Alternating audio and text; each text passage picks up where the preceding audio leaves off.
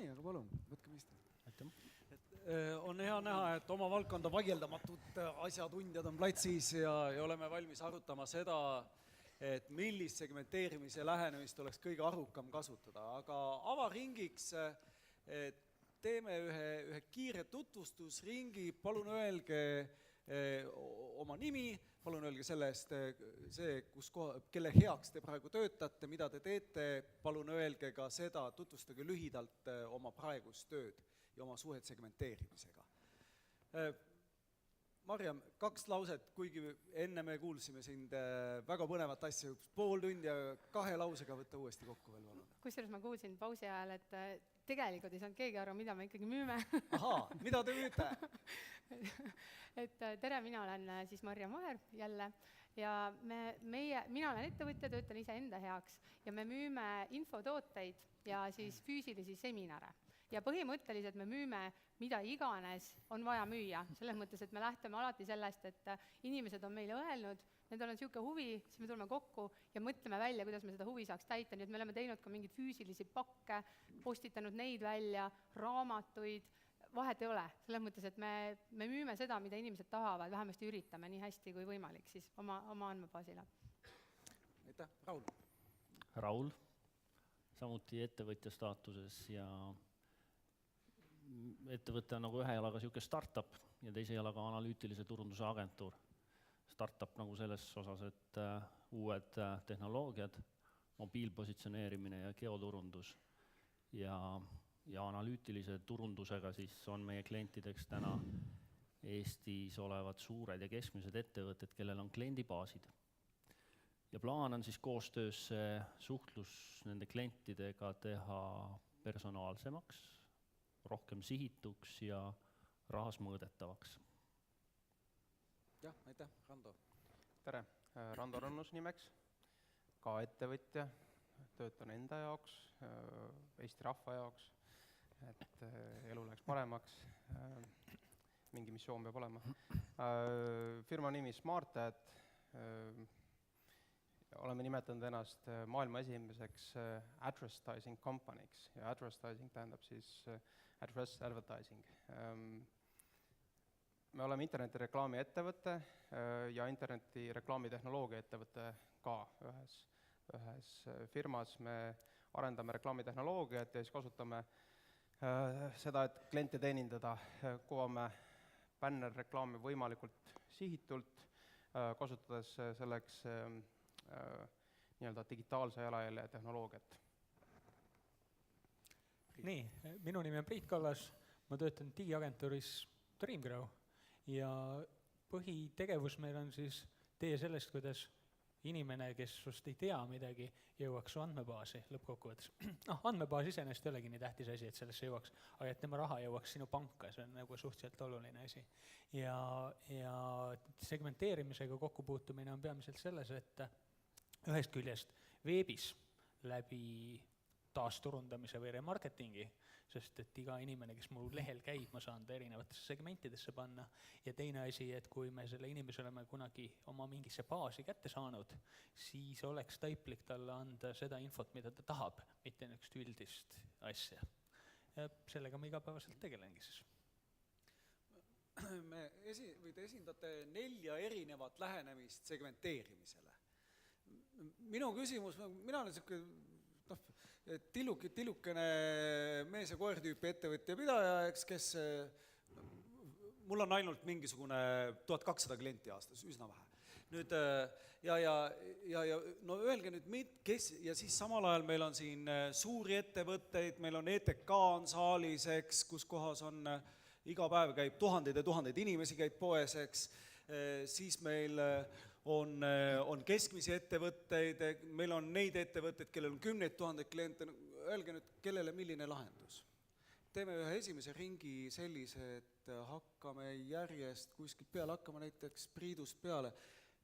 Millisel juhul nüüd tasuks Dreamgrow lähenemist vaadata, millisel puhul tasuks nüüd Google'i AdWordsi mõelda ja mis mõte sellele on? No kui üldiselt rääkida ettevõtted väiksest kuni suureni, siis kõike jõuavad teha kõige suuremad ja mõningaid üksikuid asju jõuavad teha väiksemad, et ses mõttes, kui sa oled suhteliselt väike alustav ettevõtja, siis no teoreetiliselt. Google AdWords, maandumisleht, kasum. Et selles mõttes see võiks olla esimene töö või tegevus, mis pähe tuleb. See, kui lõpus mingi tehinguni jõutakse, selle info võiks kuidagi kokku koguda ja sellest võiks hakata kasvama mingi andmebaas. Aga kui sa oled suurem ettevõtte, siis teises otsas, siis sa võid kasutada kanalitena Facebooki kampaaniaid, AdWords sellegi poolest, see sobib igale ühele peaaegu. Sa võid teha mailing liste, mis on 100 000 ja rohkem inimest. Et seal hakkab see segmentimine juba olulisemaks muutuma, ses suhtes, et kui sa tegeled väikse ettevõtjana väga mitme segmendiga, siis ma kujutan ette, et sellest ei tule suurt midagi välja. Aga kui sa suure ettevõtjana ei segmendi, siis läheb veel teisest otsast käest ära. Siuke mõte. Rando? No siit on hea jätkata, et meie oleme võtnud algusest peale enda fookuses keskmised ja suured ettevõtted. Et me oleme algselt välistanud, et meie teenuse toode ei sobi Jaan ja Jüri tüüpi nii-öelda pottseppadele, kui need sümbolit kasutada või metafoori. Et ma arvan, et enamik siin saalis viibitest meie teenus sobib. Ehk jällegi, nagu sa ütlesid, et kui on piisavalt suur ettevõte, siis segmenteerimine hakkab juba rolli mängima, et kui sa oled väga väike, siis kasutagi AdWordsi ja midagi muud, aga meie siin ei saa aidata, et seal tuleb ise juba panustada oma kui ma müün õunapresse, siis ma ei saa seda läbi teie teha või? Kuidas? Õunapresse müües näiteks. Mul on ise teen kuuris neid õunapresse. Ma arvan, et sul on efektiivsem on teha seda AdWordsi kaudu. Meie jaoks on nagu kahte sorti ettevõtted, ühed, kes saavad segmenteerida ja teised, kes ei saa segmenteerida. Tegelikult teised saavad ka natukene, aga nüüd nagu need, kes igal juhul saavad, on need ettevõtted, kellel on kliendibaas, mitte meililist, vaid kliendibaas ja nad suudavad kokku viia kliendi ostu. Ehk siis näiteks selle, et kui ma saadan välja uudiskirja, siis ma saan vaadata, et või pigem nagu meie viime kokku, et need, kes klikkisid uudiskirjal, kas nad tulid füüsilisse poodi ja ostsid ka selle asja, mida me neile pakkusime või ei tulnud. Ehk siis, et kui saab kokku viia selle füüsilise ostu ja kliendi, siis need on nagu seda laadi kliendid, kellega me toimetame, kellel on kliendikaardid või ma ei tea, finantsasutused on ka, kes saavad nagu ostu ja klienti siduda. No ma olen kõigega nõus, mis on öeldud, nii et ma tooks ühe teistsuguse vaatenurga siia sisse. Et minu arvates kõik saab nagu alguse sellest, mida see klient sinult tahab. See on kõige olulisem küsimus üldse. Et kõigepealt pihta saada, kellega sa räägid ja mida talle siis pakkuda. Et enne kui sa hakkad nagu segmenteerima, siis see on lihtsalt meetod, aga sisu on olulisem kui see meetod. Et ma selles mõttes nagu teeksin endale lihtsalt väga hästi selgeks. Mida see inimene minult ootab, et näiteks ETK klient, eks ju, ei tahagi saada iga kuu oma, või ma ei tea, iga nädal enda meili, ma ei tea, postkasti või pakkumisi, et mine nüüd ja nüüd on hea või pakkumine, või mida nagu, see ei tööta niimoodi, et selles mõttes ETK peab mõtlema, mida tema klient selles mõttes siis tahaks ja lähtumagi sellest. Ja ma üldse tunnen, et kui ma nagu vaatan, et kuidas internetiturundus on nagu muutunud või muutumas, et siis kui varem nagu oligi fookuses rohkem mingisugused tehnoloogiad, et teeme kõik mingid, paneme märksõnu kuskile või siis, ma ei tea, oleme Google'is või netis kuskil esimesed pushime seda, siis täna on kliendid nii palju teadlikumad, et nendel peab tekkima sinuga ikkagi mingisugune suhe, mingi content peab seal olema, mis on päris. Et sa saad nagu, minu arvates nagu iga väiketegija ka siin ruumis võib olla nagu Eestis eriti omas valdkonnas ikkagi kõige parem. Ja kui üldse üritada midagi olla, siis ikkagi kõige parem. Ja seda saabki läbi selle, et sa teed ennast sellele oma segmendile või oma sellele sihtgrupile nii kasulikuks, siis olles nagu asendamatu infoallikas, mida see inimene otsib. Et see oleks nagu minu baaslähenemine. Hüva, teie puhul on lihtne, eks sa näitasid seda, et te segmenteerite selle puhul, kes üldse ei osta, selle puhul, kes natukene ostavad ja selle puhul, ja need, kes ostavad nagu hullud. Eks? jah, aga see nüüd jõuabki selle sisuni välja. See on nagu algus, eks ju, et sa lihtsalt tead seda, et see esimene sihtgrupp meie puhul, eks ju, kes ei ole midagi ostnud, sul on vaja ta nüüd nagu kuidagi ära soojendada. Aga see ei ole enam mingi tehnika, see ei ole, et sa viskad 5 e-maili ühte ritta, saada need välja sellele segmendile ja voilà, sul ongi inner circle, eks ju. See ei käi niimoodi, et sa pead väga hästi aru saama, missuguse vestlusega, missuguse infoga see sinu sihtgrupp tegelikult üldse nagu seotud tahab olla. Ma mäletan, kui ma Mikuga rääkisin, kui me selle konverentsi peale mõtlesime, et siis me mõtlesime välja sellised ettevõtted, kellel üldse segmenteerimist vaja ei ole. Et kes nagu ongi otsustanud, et meil on nagu üks segment, ja ma mäletan, üks olidki reisifirmad, et firmad saadavad välja häid pakkumisi ja see ongi kõiki huvitavad head pakkumised, nad ei taha teada, ma ei tea, mis ilm Tais on, eks ju, või mingi, nad ei taha, et sa hakkad nendega mingit suhet siis ehitama, aga samas, kui sa nagu mõtled selle peale, siis ma saingi aru, et tegelikult on ka nendel olemas see inner circle, see, mis ma enne mainisin, et ka nendel on olemas kliendid, kes ostavad kogu aeg rohkem, kellele võiks teha mingit rokkivaid mega häid pakkumisi ja oma kasumit kohe maksimeerida. Keegi just vahetas reisifirmat sellepärast, et nad saatsid kõikidele kõike. Ja teine asi reisifirmade poole peal on see, et reisifirma võib sisse sööta mõne reisikoha, mida ta müüa mingil põhjusel tahab, lihtsalt sellega, et ta toodab seda sisu ja saadab inimestele. Ma ei tea, et näiteks, ma ei tea, et Gröönimaal on tore käia näiteks, eks ole, aga kui ma saan selle kohta mingit infot, siis ma võib-olla hakkan tahtma Gröönimaa reisi. Või äkki see on... Me vaatasime siin lõunapausi ajal ajasime ka täpselt samal teemal, ajasime juttu ja siis me avastasime ühe hulgimüügiketi X, kelle juurde sa lähed, jaemüügiketi X, kuhu poodi astud sisse, siis nad segmenteerivad sind ära ja siis küsivad su käest, et et möödunud nädalal ostsid sa kassitoitu, kas sa tahad sel nädalal lauaviina näiteks osta. Eks, et ilmselgelt asi käib natuke huupi, ikkagi mille alusel nüüd segmenteerida? Üks võimalus on see, kas inimene või kas klient on ostnud või ei ole ostnud või ta on maniakaalne ostja. Mille alusel veel? Ma arvan, siin tuleks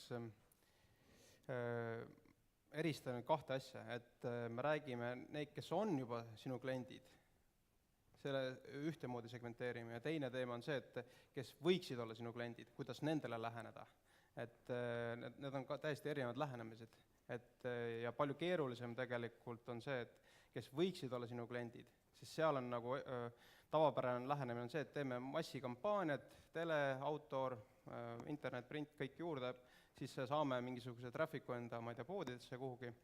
Et kas seal on see kõige õigem lähenemine või on sellise uue kliendi leidmisel, nõudluse loomisel, on ka mõistlik segmenteeritud lähenemine. Sest selles ma arvan, me kõik olen nõus, et kui kliendibaas on olemas, siis seal juba tasub hakata niimoodi, eriti kui see on piisavalt suur, et hakata niimoodi vaatama, kes on nagu pidev ostja, kes ei ole, aga et kuidas tegeleda nendega, keda sa ei tea, kes su kliendid on?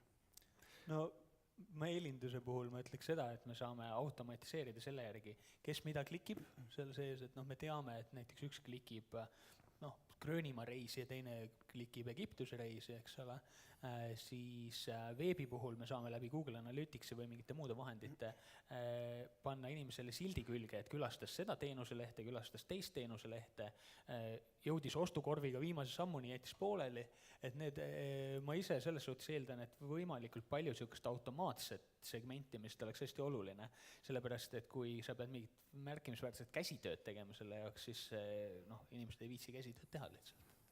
Ja ma tuleksin nagu selle juurde tagasi, et selles mõttes, et see segmentimine, et mitteostjad ja ostjad ja nii-öelda sisering, et tegelikult see ei ütle nagu huvide kohta mitte midagi. Et nendel mitteostjate hulgas on täpselt samamoodi mingisugused huvigrupid ja need huvigrupid eksisteerivad täpselt samamoodi seal siseringi inimeste hulgas. Et minu meelest on väga oluline aru saada, kellega sa räägid. Et näiteks meie puhul me teame täpselt, et meil on 3 suuremat gruppi, kes on täiesti erinevad. Et selles mõttes, et kui sa tõesti oled aru saanud, et sinu ostja on mees, kes, ma ei tea, on, Savisaare pooldaja näiteks ja siis, ma ei tea, mingisugune keskmine sissetulek enam-vähem on teada, et sa saad nagu enam-vähem aru, kellega sa räägid ja siis see, mida ta sinult ju ostab, ei ole tegelikult su toode ega teenus, ta tegelikult ju ostab lahendust oma probleemile ja sa pead minu arvates väga hästi aru saama, mis probleemile ta lahendust otsib. Ja kui see on selge, siis sa võid talle müüa mida iganes. Siis sa saadki talle müüa neid mingid 7-euroseid asju kuni 10 000 euroseid asju, sest sa lahendad täpselt seda sama probleemi.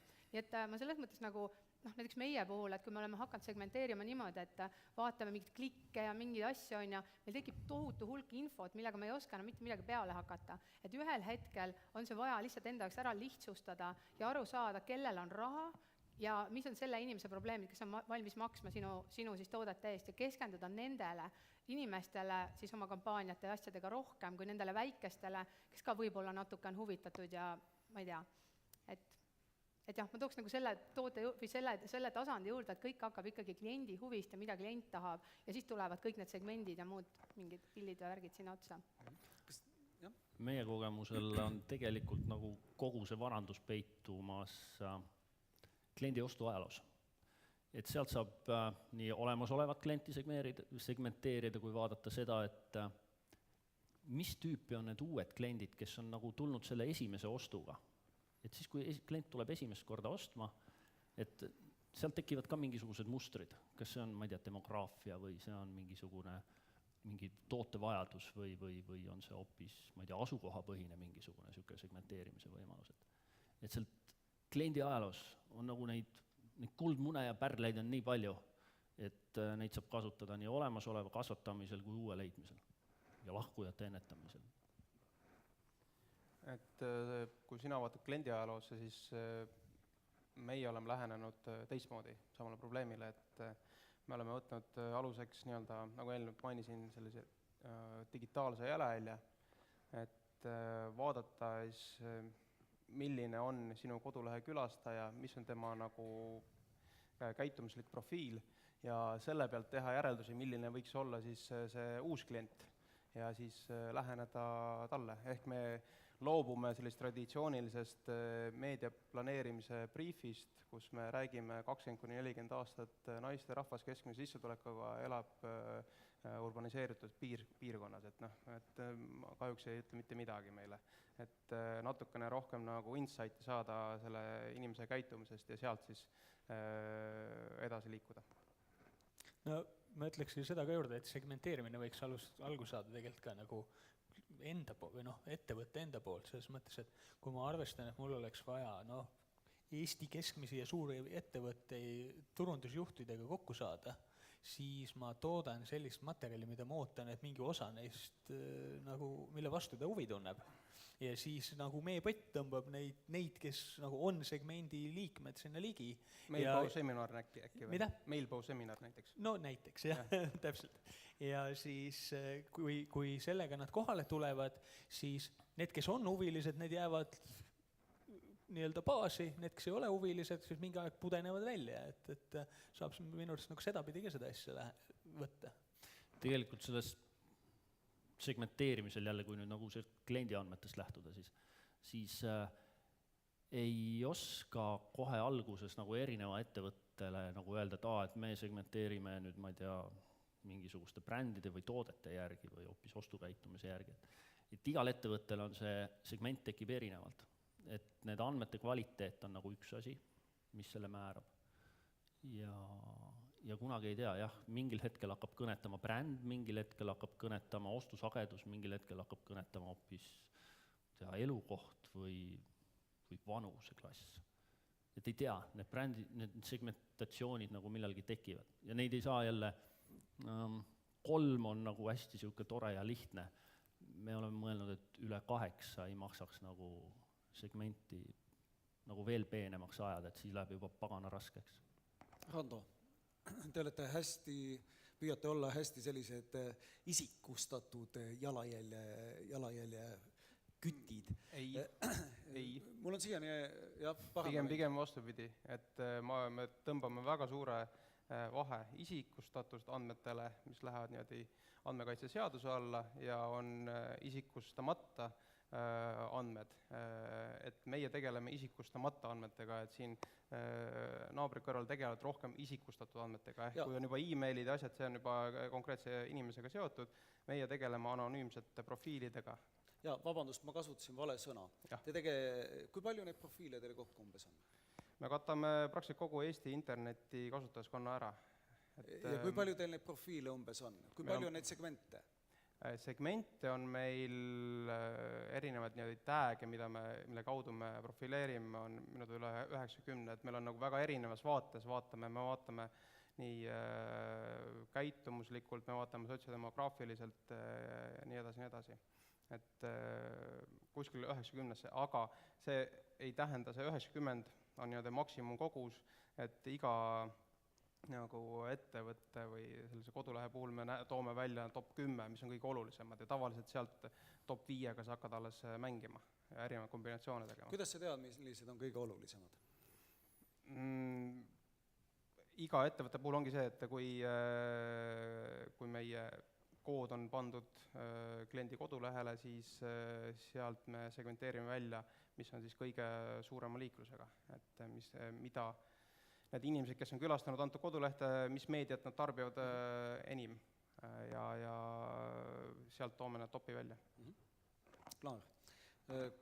3, 8, 90, kas sa pillud ka ühe numbri, kui palju need profiile? No ma pigem jääksin alumisse otsa, et 3 ja 8, sellepärast, et mu põhimure nagu segmenteerimise puhul on see, et kui meil on erinevad inimesed, kellel on vaja erinevat sõnumit, siis kuskil peavad olema need inimesed, kes selle sõnumi teevad. Ja kui mul on üks list, seal on 20 000 inimest, saadan neile ühe meili, juba tore, nii kui ma selle juppideks löön, siis ma pean hakkama saatma iga kord 4 või 8 meili ja nii edasi, mis ilmselgelt kohati võib üle jõu käia. Et seal tuleb, ühesõnaga, pigem see väiksem ots ja arvutus, mingi valem tuleks ka vahele panna, et kui ma teen 2 segmenti ja müün 2 korda rohkem, okei, aga kui ma teen 2 segmenti ja müün 10% rohkem, siis tasuks vaadata seda, kas see ajakulu, mis läheb sinna sisu tootmisele ja nende pakkumiste kokkupanemisele, et kas see nagu väärt on seda, mis sealt tagasi tuleb. Ma olen selles mõttes hästi nõus sellega, et minu arvates kõiki neid asju tulebki testida, et me oleme hästi palju seda näinud, et tulevad inimesed, kellel on teooriad.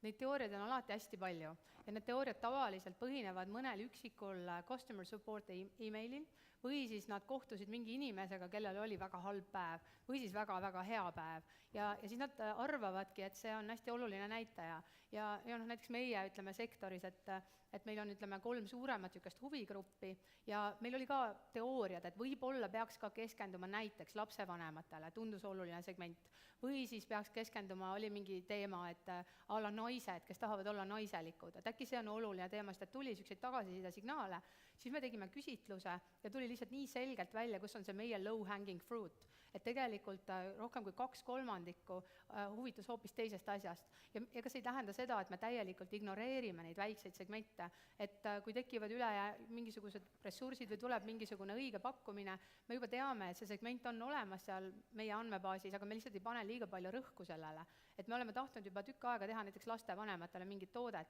aga kui me paneme välja mingi testi, näiteks mingi blogipostitus või saadame mingi meili, siis see response rate on olnud alati madalam kui selle suuremal teemal, nii et minu arvates siin ei ole mingit õiget või valet vastust, kõik sõltubki ressurssidest, oleks meil mingi 100 inimest agentuuris, võib-olla kataks kõik need nišid ära või need segmendid, eks ju, aga et see ei pruugi otstarbekas olla. Ma ütleks sinna juurde, et ma just hiljuti ühe partneriga rääkides avastasin seda, et tal on alla 10 000, aga mõne tuhandene list inimestest üle maailma, kes kasutavad tema teenust, aga kellel tema teenus on liiga kallis, India, Pakistan ja sellised riigid.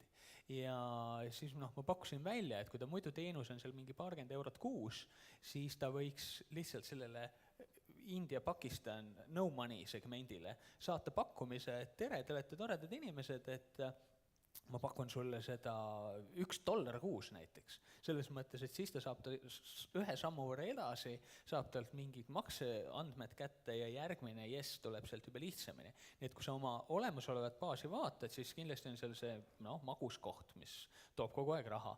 Aga võib-olla seal on mingi teine koht, millele tasuks lihtsalt kohe eraldi mingi pakkumisi teha või nii edasi. Mida annab nagu vaikselt kasvatama hakata. Jah. Mul on üks küsimus selline natukene intriigi tõstab võib-olla teistele, et kas segmenteerida on nagu mõistlik üldsegi, et kui me võtame arvesse nagu kogu kulu, et ega see kulu on ju tegelikult meie enda tööaeg ka, kas siis in-house kliendi juures või väljapoolt palgatud agentuuri kulu, et ma ei tea, 50-60 euri tunnist, et 10 tundi ikka läheb, et siit tuleb võib-olla mingisugune piirmäär ette, et teatud toodete puhul meil tasub seda teha ja teatud asjade puhul meil ei tasu seda teha. No ma ennem ütlesin ka, et kui sa teed kaks meili pead välja saatma selleks, et segmenti ära rahuldada, siis kui see teise meili tegemise kulu on rohkem kui sellest segmenteerimisest tulu, siis on see ju pointless. Aga teine küsimus on see, et kui ühesõnaga, selline segmenteerimine, mis toimub automaatselt, nagu remarketing ja mingid sellised asjad, et neid võiks kasutada küll nagu nii palju kui võimalik, ses mõttes, et kui inimesed käivad minu lehel, ma saan neile mingid silte külge panna selle tõttu, üks käis vaatas kodulehe valmistamise lehte ja teine käis vaatas Facebooki kampaania lehte, ma panen neile sildi külge ja kui ma neile kuskil reklaami näitan, näiteks Facebookis või AdWordsis või kuskil sellises muus kanalis, mida siis selle remarketingiga pihta saab, siis ma näitan ühele Facebooki reklaami ja teisele kodulehe reklaami, eks ole. Ja ma lisaksin nagu siia nagu selle, et selles mõttes jällegi, mis ma seal ettekandes rääkisin, et see siseringi klient on lihtsalt nii palju väärtuslikum, et sa ei taha seda suhet ära rikkuda sellega, et sa saadadki talle, või ütleme siis isegi mitte ära rikkuda, aga lihtsalt põhimõtteliselt jätta raha põrandale vedelema sellega, et sa saadad talle vale pakkumise, sest tegelikult see inimene on juba ennast tõestanud, ta on juba valmis sinult ostma. Sa ei pea alustama enam mingisuguse 7-eurose mingisuguse sales funneliga, kui ta oleks valmis sult ostma 3000 eurost seminari, eks ju. Ja samamoodi see, ütleme, suhe võib lõrri minna, kui sa saadad sellele alustajale mingi pakkumise, mis on tema jaoks täiesti, ütleme, eeldaks tohutut usaldust ja niisugust üles ehitatud suhet, et minu arvates õige pakkumise rihtimine ei pea mitte hulluks minema sellega, aga peab mingisugused piirid paika panema, et aru saada, kellele mida pakkuda. Ja meie puhul on meil see olnud, et kui me oleme mingi uue toote turule toonud, siis on olnud olukordi, kus me oleme pakkunud seda kõikidele segmentidele, aga me lihtsalt pakume erinevate sõnumitega, et see on seesama, toode on sama, aga põhjus, miks see sihtgrupp peaks seda ostma, on täiesti erinev. Ja siis me lihtsalt muudamegi need e-mailid lihtsalt ringi. Ja see saab alguse kas või stiilist, kuidas sa kõnetad inimest, kes tunneb sind juba. Sa räägid temaga oluliselt familiaarsemalt ja palju niisuguses teises keeles, kui sellega, kes võib-olla alles eile sinu andmebaasi tuli, et ta ei tunne sind veel. Et ehk, et need nüansid minu arvates, ma olen Priiduga nõus, et kui sul on tõesti mingi 2 meili, et siis sa pead teadma, et kas sellel mõtet on, aga kui vähegi midagi on tekkinud, siis ma arvan, kindlasti on mõtet. Seda päris tihti tegelikult küsitakse, et me oleme siiamaani, uudiskirja näide, täna me teeme 1 kord 6 uudiskirja, saadame kõikidele kõik välja, nüüd kui meil on segmendid, raamatupood on hea näide. Et kui mul on nüüd segmendid, et me tean, kes ostab ajalooraamatuid, kes ostab esoteerikat, kes ostab reisikirjandust, nüüd ma pean hakkama igale ühele nagu erinevat uudiskirja tegema. Täna minu arust Mailbow juba peaks suutma seda teha, et automaatselt võtab, et kui mul on listis, need on ajaloolugejad, need on esoteerika lugejad ja teisest küljest on tooted, siis ajaloolugejad saavad 2 ajalooraamatut ja esoteerika omad saavad 1 esoteerika raamatu ja kogu lugu ei lähe nagu üldist tapeeti kõigile. Ja see response rate on hoopis teine ja kui veel vaadata seda, et need, kes klikivad ja poodi tulevad, siis need seosed on oluliselt tugevamad kui kõikidel kõike saates. Sul oli mingi näide ka, sa kohtusime, siis sa rääkisid ühest näitest. Esitasin tegelikult sama küsimuse, et kas tasub ära ja see, et tegelikult tasub küll. Jah, kui kõike saab mõõta, siis alati peab vaatama, et kus see nagu rahaliselt piir ette tuleb. Aga me oleme nüüd, kui me oleme näiteks meiliga saatnud järjest täpsematele sihtgruppidele infot ja võtnud võrdluseks ka siis nagu niisuguse randomi grupi ja hüpotees oli, et kas üldse erineb sihtimine versus random, siis need tulemused lähevad just täpselt samamoodi astmeliselt nagu paremaks ja kõige paremini sihitud gruppidest 43% nendest, kes klikkisid, tulid poodi ja ostsid selle asja ära, ilma et seal oleks nagu mingit allahindlust isegi olnud. Et allahindlus ei ole enam teema, kui ma lähen segmenteerimisse sisse. Ja lihtsalt õigetele inimestele õige asi ja õigel ajal. Ja kui suurt pilti vaadata, siis kui ma hakkan tegelema oma siis nagu nende kihvtide klientidega, siseringi omadega, kes kõige rohkem raha toovad, siis mul see turundus hakkab käima üle konkurentide peade. Selleks, et enam ei ole mul mingisuguseid üldisi listi ja hirmsaid allahindlusi. Ma pakun nendele, kes ostavad kalleid tooteid, ühe asja ja need, kes allahindlust ostavad, pakun nagu allahindlusi ja enam ei ole üks suur list, kus ma räägin kõikidele, kõiki konkurente enam ei saa aru, mis toimub. Ja seda on üsna nagu raske jäljendada. Ma siia poole oleks vahele veel selle asja ka, et mingites kohtades võib see käest ära minna. Et mul endal juhtus selline asi, et ma käisin ühel segmenteerimisfirma veebilehel, mille nimi on Optimizely ja siis pärast seda hakkasid Optimizely reklaamid mind jälitama niimoodi, mida nagu jõhkralt närvidele. Ma isegi kirjutasin neile kirja, et kas te olete kuulnud midagi frequency cappingust, ehk siis ära näita ühele inimesele rohkem kui, ma ei tea, 100 korda reklaami, eks ole. Ja see ei viinud kuhugi ja siis ma lihtsalt lülitasin selle välja, et ma neid ei näe enam mitte kunagi. Aga teine pool on, ma ei tea, võib-olla mõned on kuulnud, aga mis Targeti puhul oli see just nimelt see nii-öelda ostuajaloo järgi jaekaubanduses segmentimine. Mingi isa helistas Targetisse ja ütles, et Targetis on maailma kõige halvemad inimesed, et nad saadavad teismelisele lapsele rasedusteemalisi asju ja pakkumisi. Ja siis ikka kõik vabandasid ja jube kurb lugu, et nii juhtus ja siis mõne aja pärast see mees helistas tagasi Targetisse ja vabandas, et jah, et ta sai nüüd ka teada, et ikkagi tuleb laps ja et teismeline on rase. Et see on nagu selline asi, et kuskil on see freakiness õudseks kisub.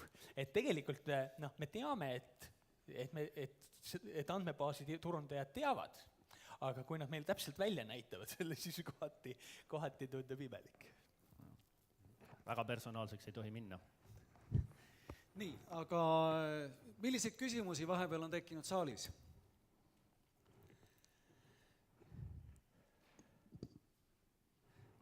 Kui saalis Rando ei ole... küsib saa parem midagi. Kui saalis ei ole küsimusi, siis kuulge, vaadake, milline ajude potentsiaal praegu lava peal on. Olge hea, visake keegi mingi juhtum neile hambu. Küsimus oli business to business segmenteerimisest. Ma selles mõttes alustaks sellest, et ma ei näe vahet business to business ja jaesegmenteerimisel. Ainult kui siis, business to business jaguneb kahte moodi. Üks on see, kus ma tunnen klienti ja ütlen talle tihti tere. Selline business to business, seal pigem segmentimine on selline, et ma käin, kelle ma kutsun kohvikusse ja kelle mitte. Aga siis, kui on suurem business to business, siis selles mõttes ei ole vahet, et nendel inimestel on mingid huvid, nad on minu jaoks nagu esimesel tasandil anonüümsed, aga lõppkokkuvõttes ainuke vahe, mis on see, et kui sa mõtled, mis neid liikuma paneb, siis ühel juhul kulutab oma raha, teisel juhul kulutab kellegi teise raha. Et see on nagu oluline aru saada, et kui ma kulutan teise raha, siis ma tõenäoliselt olen natuke vabam sellega. Kui palju teil on B2B kliente, kelle puhul te saate digitaalset jalajälgi kasutada? Tegelikult siin on õige vastus see, et ta ei ole vahet B2B-l või B2C-l. Et niikuinii on inimesed seal taga. Lihtsalt see ajamoment võib-olla on oluline, millal sa tabad teda. Ja küsimus see, kui kindel sa oled, et nüüd see on just selle ärisektori klient. Meil on just testimisel üks uus lahendus. Me põhimõtteliselt suudame ära öelda interneti teenuse pakkuja järgi, mis interneti ühenduse otsas sa oled, et kas sa oled äriklient või ei ole. Et nüüd on võimalik täpsusastet nagu oluliselt peale keerata, et ei pea lihtsalt nagu laia massi püüdma, vaid sa tead juba, et see on kõrgema sissetulekuga, see on otsustaja. Et oluliselt paremini, kui näiteks mõned suured meediaväljaanded siin suudavad teha. Meil on enamus B2C baasidega, aga üha rohkem tuleb nagu juttu ka nagu B2B baasidest ja ütleme, minu kogemus ka varasemalt on olnud nagu business to business ärides hästi palju. Siis tegelikult nagu B2B baasidega on see lugu, et VIP-kliendid on kõik väga kenasti hallatud. Ja kui on neid kliente rohkem, siis tegelikult kõik need kliendid, kes enam ei mahu sinna nii-öelda kliendihalduri hoole, need on nagu ripakil ja tegelikult samamoodi ripakil nagu erakliendid. Keegi ei tea, nad midagi vähe ostavad ja kui seal nüüd võtta korra see, lüüa nad äkki ka segmendiks ja vaadata, kes mida võiks osta ja mida neile järgmisena pakkuda, siis sealt hakkab see kasvatamine selleks VIP-kliendiks peale.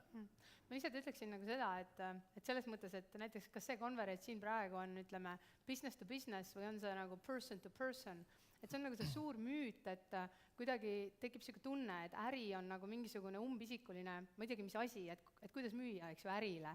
Tegelikult on kõik inimesed ja see on mingi nii vana probleem, et lugesin just Dan Kennedy copywriting raamatut, mis oli, ma ei tea, see on see piibel, eks ju, kirjutatud juba 60-ndatel, täpselt samad küsimused, põhimõtteliselt isegi 60-ndatel, igal juhul vana raamat, eks ju, täpselt samad küsimused, et copywriterid arvasid, et kui sa kirjutad nagu ärikliendile, siis ei kehti tavapärane müügipsühholoogia, siis on mingisugune ärimüügipsühholoogia ja hoopis mingisugused teised triggerid.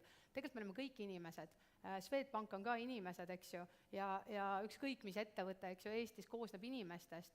Ja selles mõttes loomulikult, eks ju, et ärihuvid ja isiklikud huvid erinevad ja iga hea copywriter peab seda teadma või iga müügipresentatsioon ongi tegelikult, eks ju, ja kokku pandud mingisugustest, mingit, eks ju, benefit, mis see eesti keeles on? Kasutegurid, eks ju, ja eks sa pead nagu väga hästi läbi mõtlema, kellega sa räägid, aga ma selles mõttes nagu võtaks kohe selle mingi vahe siit ära, et oleks mingi tohutu suur vahe sees, et kas e-maili loeb inimene, kes siis, kellel on, ma ei tea, peas mingi turundusjuhi müts või on tal peas, eks ju, ma ei tea, pereisa müts, et ta loeb seda e-maili nagunii ja kui talle see info on vajalik ja talle on seda vaja, siis pigem nagu ma keskenduksin sellele pakkumisele, et mida sa siis tegelikult müüa tahad üldse. Ja ma tooksin ühe näite meie enda turundusest, et üks selline huvitav case oli see, et me avastasime, et nii-öelda plain text kirjad töötavad oluliselt paremini. Et ei pea üle kujundama ja eriti kui see on just läheb isikulise, personaalse isiku nagu e-maili alt, mitte ettevõtte e-maili alt, et oluliselt saadakse aru, või tunnetatakse, et see on selle inimese poolt tohtimine, sest et see on nagu automatiseeritud ja reageerimismäärad oluliselt suuremad ka. Et see on selline huvitav nagu case meie enda pealt. Business to business teemas. Jaa, business to business. Sest vaadake, väga paljude firmade koduleheküljed on lihtsalt nii kurvalt igavad, et sa ei taha seal mitte midagi teha. Ja need ettevõtted just nagu arvavad, et ametlikkus on hea asi, et nüüd oleme kõik tõsised, sest et nüüd ju ometigi me räägime, eks ju, business to business. Tegelikult kõige ägedamad ettevõtted on põnevad, dünaamilised, emotsionaalsed, täpselt samad asjad, mis kehtivad, eks ju, siis nii-öelda, ma ei tea, väljaspool business maailma, päris elus. Et business to business on minu arvates täpselt samamoodi päris elu. Sa pead eristuma, sa pead silma jääma, sa pead tegema vingeid pakkumisi, sa pead olema kuidagi, eks ju, teistmoodi kui kõik teised. Ja selles mõttes segmenteerimise koha pealt, täpselt samamoodi, et sa pead aru saama, eks, et mida sa üldse pakud sellele kliendile siis, jah. Ma imestan seda, et nagu B2C maailmas ei ole seda veel ära tehtud, et kui näiteks praegu meil on ju erinevad kliendikaardid ja siin päeva teises pooles me kuuleme ka sellistest uue põlvkonna kliendikaartidest, mis on ühe plastiku asemel sellise plastikupaki asemel on sul üks chipiga plastik, eks. Siis, ja kui ma näiteks ei ole käinud kaubandusketis X, oletame, et 3 nädalat, ja siis äkki potsatab mu postkasti või telefonile teada, et siin kassapidaja Kaia, kuule Kristjan, ma ei ole siin tükk aega juba näinud, kas sa nüüd tuleksid juba poodi või?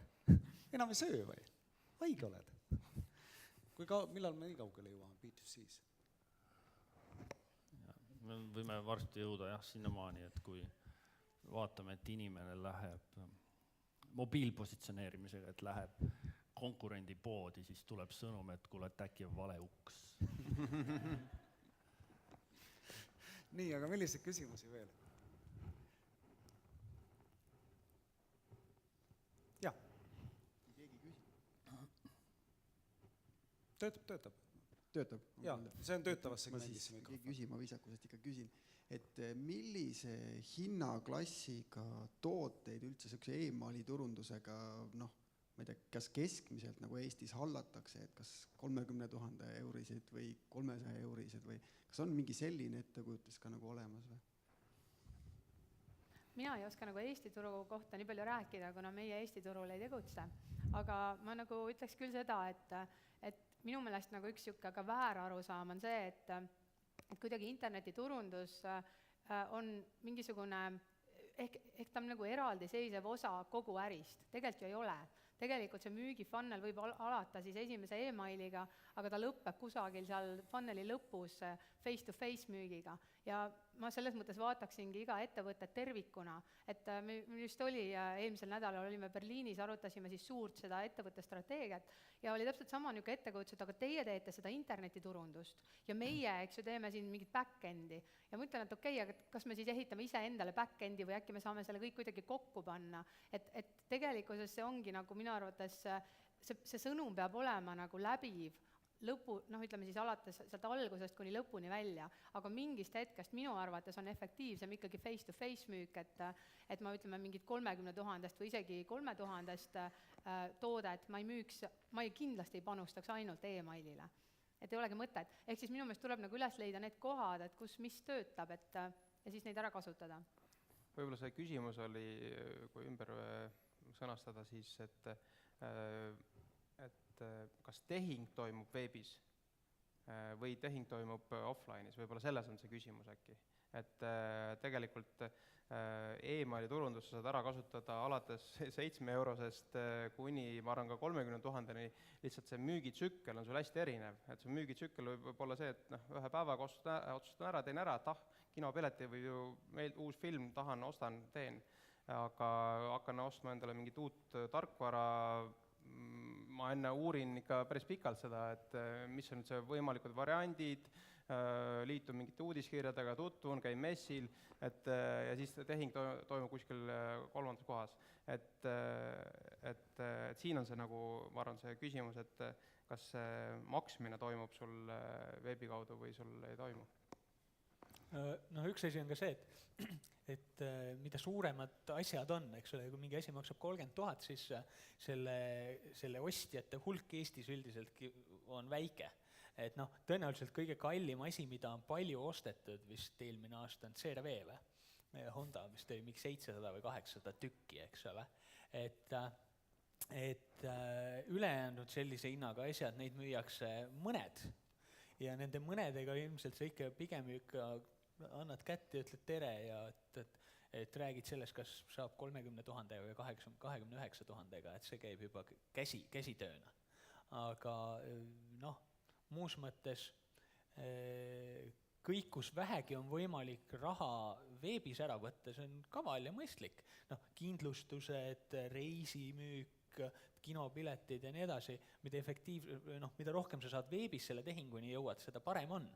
Aga lihtsalt mingite kaupade puhul see kate on nii suur, et seal tasub ka käsitööd teha. Küsimusi veel? Jaa, Kerli. Tere. Natukene juba oli sellest juttu ka, aga ma küsin siis hästi konkreetselt, et kuidas te siis ennast veebis turundate? Mitu uudiskirja te välja saadate ja mis te seal kirjutate? Kuidas te segmenteerite? Okei, ma alustan. Mina turundan ennast veebis. Meil on veebileht ja see on küll üllatus, aga lisaks sellele on meil mailing list. Mailing listis on suurusjärgus 2000 turundusinimest ja nendele me saadame kohati oma blogipostitusi, kohati oma koolituspakkumisi, reaalselt teenuseid me nagu ei müü läbi mailing listi, et see kuulub sinna samasse CRV klassi, et kui meie teenused on ikkagi 1000 eurid, siis seda me pigem müüme käsitsi kui meili kaudu. Aga väiksemad asjad nagu, ma ei tea, Google AdWordsi koolitus, mis maksab 80 euri, see on see asi, mida on mõistlik nagu veebi kaudu müüa, eks ole. Ja nii ta on.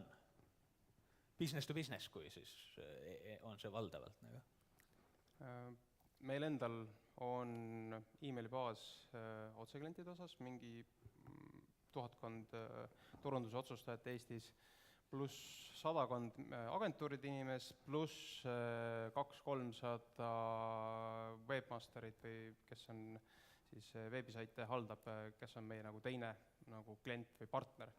Et seal sees me segmente ei tee, vaid saadame erinevatele rühmadele eraldi sõnumeid. Lisaks on meil content marketing, kas siis enda blogis harva või siis pigem mõnes suuremas väljaandes nagu Best Marketing. Ja peale selle on meil siis retargeting programm käimas, kus siis kõik, kes on külastanud meie lehte, siis aeg-ajalt kas siis ma olen veebisaidil või Facebookis näevad meie sõnumit, et me jälitame teid. Meil pole põhjust veebireklaami peale panustada, meil pole isegi kodulehte mitte. Meie müük on puhas business to business ja me suhtleme pigem omanike juhtidega. Ja siis on hulka turundusinimesi, kellega me suhtleme, aga neid on pigem vähem. Et meil on niivõrd nagu silmast silma müük, et veebis meil ei ole põhjust millegi peale loota. Meil on selles mõttes huvitav mudel, et nagu ma ütlesin, me turundusteenust ei müü ja sellepärast meil ei ole kodulehekülge. Aga me oleme internetikirjastus. See tähendab seda, et meie ei tooda contenti, me mitte ei osta seda sisse, vaid selles mõttes tellime selle contenti väljaspoolt. Ja meie põhibränd on tegelikult thejourney.com, kus on siis meil 50 000 inimest andmebaasis ja kuigi meie ei ole see bränd, me oleme turundus ja siis internetikirjastaja selle taga. Ja me siis ütlemegi, mis contenti meil on vaja, töötame välja infotooted, kampaaniad, põhimõtteliselt mida iganes, ehk siis meie partneri ainukene töö on seda contenti teha, kas siis teha meile video või siis teha meile mingi audio või kirjutada artikkel ja siis meie juba müüme seda, leiame kliendid ja ostjad ja meil on selles mõttes kogu aeg regulaarne siis suhtlus selle andmebaasiga, et nii uudiskirjad kui müügikirjad, puhas content, mingisuguse uue toote launch, sales funnelid, et me vastutame selles mõttes kogu turunduse eest. Aga jah, et meil nagu ei ole vaja ühtegi klienti hetkel juurde, kuna meil on nagu käed tööd täis, et me peame, ütleme, et üks siuke klient on kogu see turundusprotsess on hästi mahukas lihtsalt. Et jah. Meil on vahepeal tulnud EMT seminari äpi kaudu küsimus saalist ja see küsimus on see, et Rõivaste e-poel on üle 10 000 uudiskirja saaja, kellest 17% avavad uudiskirja ja 4% klikivad edasi. Uudistekirjade saatmise sagedus on kord 2 nädalas uue kauba saabumisel ja kampaaniate korral. Segmenteerimist ei kasutata, kõik saavad sama sisuga e-kirja. Mida teha, et klientide huvi uudiskirja avamismäär ja klikkimine suureneks? Mees, naine. Esimene segment võib-olla. Tegelikult vahet ei ole. Me vaatasime... Ma viimati kleiti pole ostnud juba paar aastat.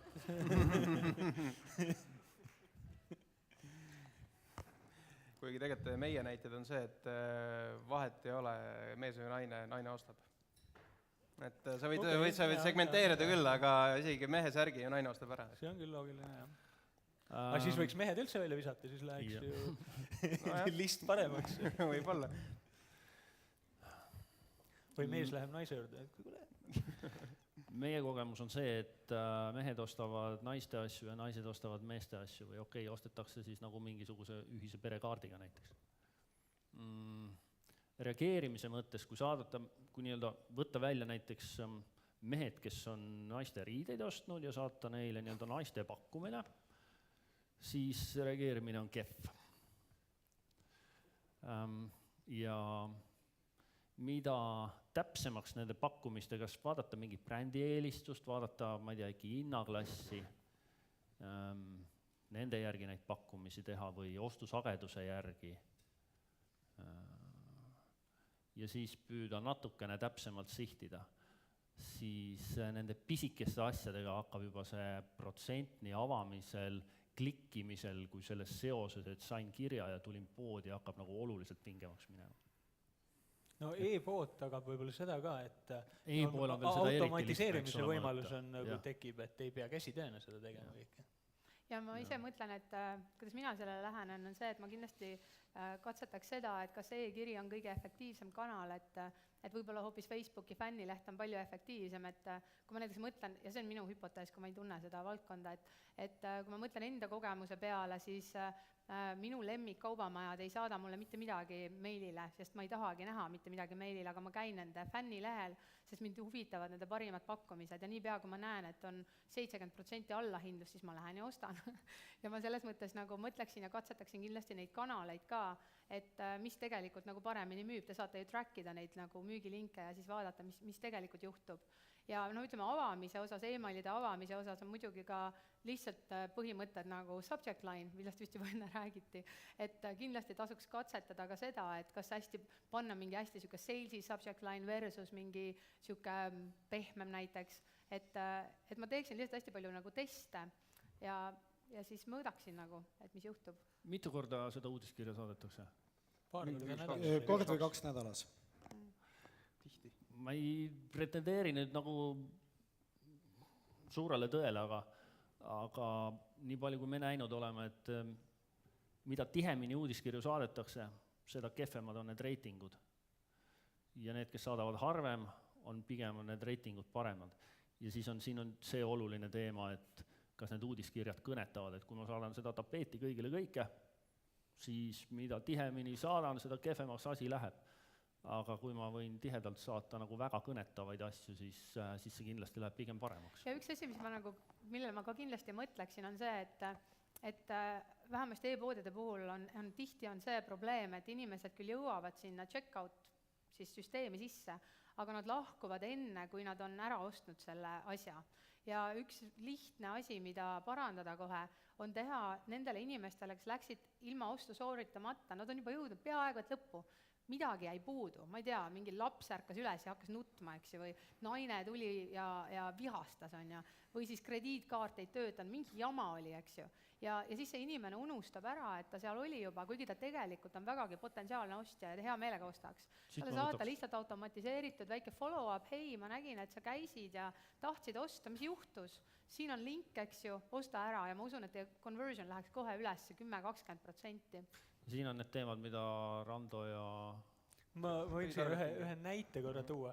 Ma küll allikat ei maini, mul on kuskil slaidide peal, võin üles otsia, kes allikat tahab, aga ühesõnaga statistika USA-s on see, et neid abandonment või siis nii-öelda korvi hüljanud meile on alla 1% kogu su meili saatmisest, aga see toob kuskil 15-20% käibest selles mõttes, et inimesed tõesti, Eestis eriti näiteks mingi pangalingiga, sul ei ole ID-kaarti või unustis mobiil-ID koodid või mida iganes, eks ole, et saada nendele, kes on korvi maha jätnud link korvi mõne aja pärast, et kuule, tule vaata uuesti. Siin on jah, aga siis retargeting e-maili põhjal või siis tavaline retargeting samamoodi. Ma ei ole tegelikult näinud, et väga palju retargeting kasutatakse e-maili kampaaniate puhul. Et ma ei tea, kuidas teie kommentaar on Eestis? Ei ole? Et ma ei tea, kelle või mille taga see on. Me oleme kõikidele soovitanud sinuga rääkida, vähesed vist on tulnud. Aga sa mõtled seda, et kui ma saadan sulle meili, sa teed selle lahti, siis saad sildi külge, jah? Või siis retargetingi saad teha erinevates etappides. No seda küll, jah. Selles mõttes, et sa võid teha kas siis kui avad, kui klikid või siis see, kui sa jätad ostmise pooleli, et erinevates etappides. Ja seda kas siis email retargetingi või display retargetingi, et mõlemad on mõistlik kasutada. Et tegelikult retargetingi puhul on oluline see, et sa 360 kraadi katad ära, ükskõik millal see inimene välja nagu hüppab. Hüva, lähtudes teie lahendusest, üks hea soovitus selle paneeli kokkuvõtteks. Marju. Minust alustasest ka, jah.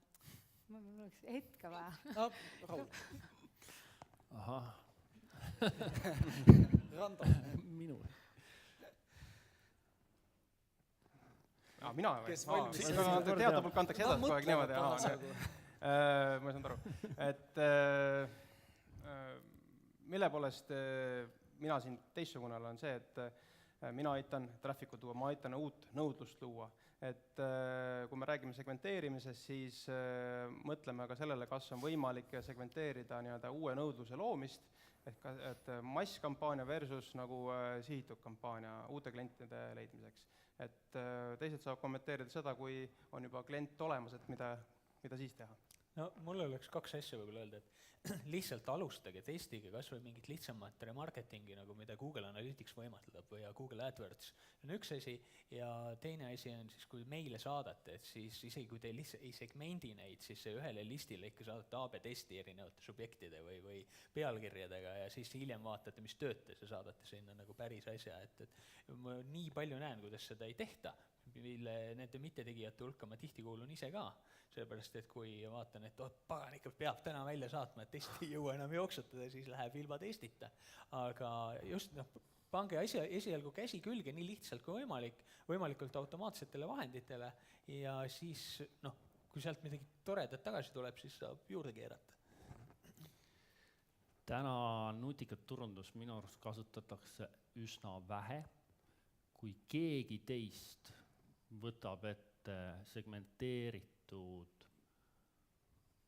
segmenteerimise või sihitud pakkumised, siis see on hoobilt nagu 2 sammu kõikidest konkurentidest turul ees. Ja siia järgi jõuda on juba pagana raske. Pooled ei viitsi veel, senikaua kuni konkurendid sõidavad külje pealt sisse hästi valusalt. Ja siis hakkavad alles mõtlema, et kui see nutikas turundus, retargeting, segmenteerimine ja sihtimine ja mõõtmine ette võtta, siis see on lihtsalt nagu suur konkurentsieelis, tuld. Margem. Ja ma ütleks lihtsalt, et kõikidel on kiire, eks ju, ma usun, et seda me kõik teame, ja ma tuleks tagasi selle alguse pointi juurde, et see tegelikult ei ole nii keeruline. Meie jaoks juba see otsus, et me otsustasime, et me ei räägi enam kõikidele samas keeles, vaid me otsustasime, kes võiks olla see kõige olulisem sihtgrupp ja juba see muutus tõi meile lihtsalt nii palju rohkem raha sisse, et kui te peate kuskilt alustama, võtke siis kas või see siseringe inimene näiteks alustuseks ja tehke ainult neile mingi vinge pakkumine ja vaadake, mis juhtub ja see võib juba rohkem raha sisse tuua ja aasta tulemust muuta, et jah, keep it simple.